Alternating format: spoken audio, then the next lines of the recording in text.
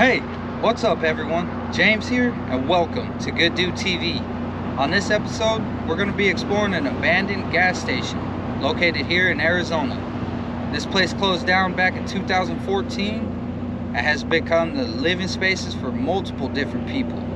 It's covered in graffiti and just trash.